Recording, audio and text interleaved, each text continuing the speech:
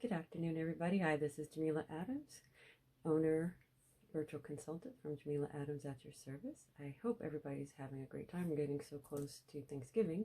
Anyway, part of the series that I have, Problem Solutions, is now we're on to when to apologize to a client.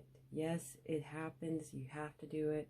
And in order to strengthen the bond between you and your client, you have to just say, hey, I messed up and I'm willing to make amends and do better, and also possibly even go above and beyond the infraction, and in order to keep the client happy and to keep the business part relationship.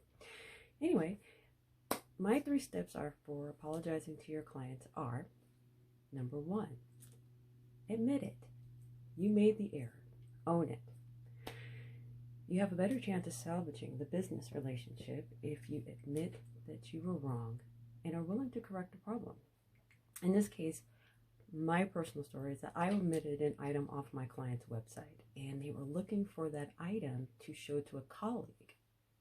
Yeah, well, I didn't transfer the information and it just didn't get placed. So I felt bad about it, obviously, because, we built up a rapport and we were in the process of trying to work on some new things. So yes, I owned up to the mistake and I had to make things right and fix it right away.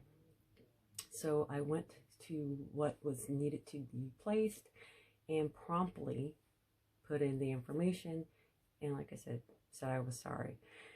Step 2, okay, after taking immediate action to rectify the problem, follow up with the client. Ask how they were doing. Did everything after the mistake was made, did everything go well with them and the colleague?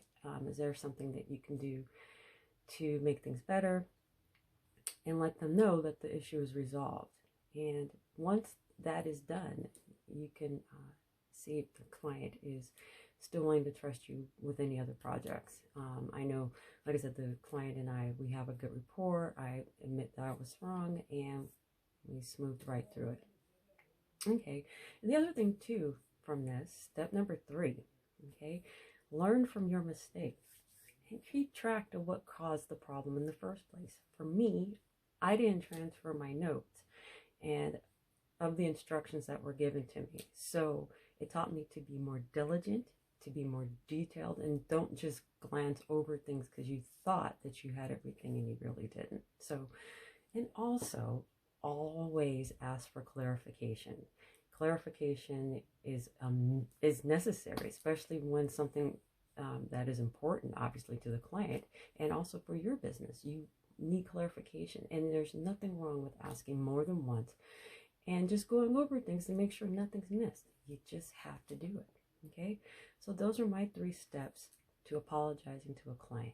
I hope this helps, and if any issues occurs like this, sometimes you may end up having to do a refund, or especially if it was a service that you said you were going to do and you didn't. So just be mindful, be diligent, be detailed. Don't, try to skirt by something, especially since you knew that you were wrong. Own it, admit it, and then move forward. So, like I said, this is part of my problem solution series. I hope these tips and advice help. Check out my social media.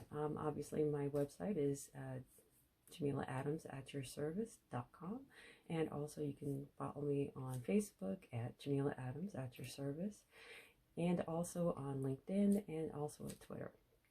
And also, don't forget to like and subscribe to this